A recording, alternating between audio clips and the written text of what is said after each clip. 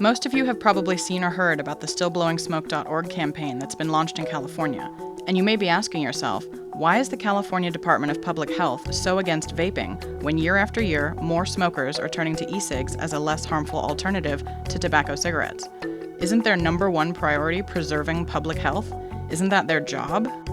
Problem number one. The more money Big Tobacco makes, the more money California gets.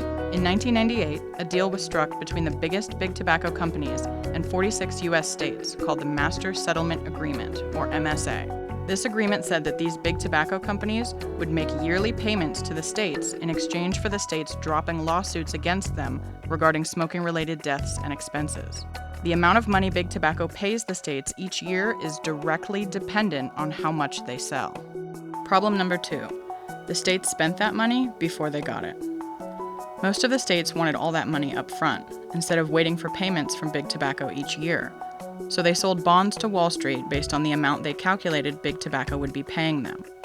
But then something started happening. Americans started smoking less.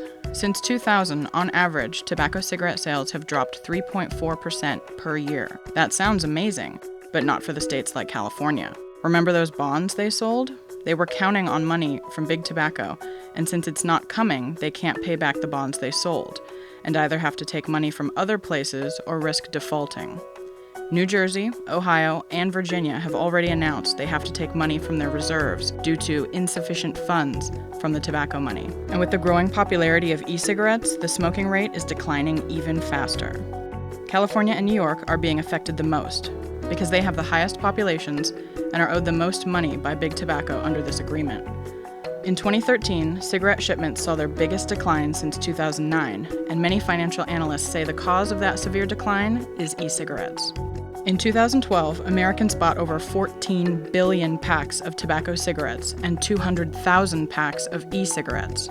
The following year, sales of tobacco cigarettes decreased by 1 billion, and sales of e-cigarettes doubled. Wells Fargo estimates tobacco cigarette sales will decline by 68% over the next 10 years, and e-cigarette sales will increase more than 13 times. So naturally, California is panicking. The way they see it, e-cigarettes are taking money away from them, regardless of the fact that people are getting off tobacco cigarettes. So it's now California's mission to either A, ban e-cigarettes completely and get people back on tobacco cigarettes so the money starts rolling in again, or B, classify e-cigarettes as a tobacco product so they can tax them like they do tobacco cigarettes, higher than normal sales tax, and roll them into the MSA agreement so they too have to pay the states. One of their key arguments is that if e-cigarettes fall under the MSA and also have to make payments to the states, that money gives these states a powerful tool to stop e-cigarette makers from targeting youth.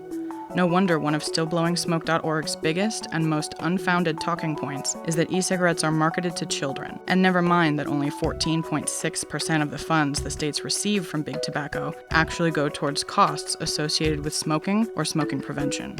So the truth? The state of California needs tobacco sales to stay high, otherwise they default on their bonds. E-cigarettes are getting in the way of that. It looks like the health of the public isn't the top priority for the Department of Public Health. Their top priority? Their wallet.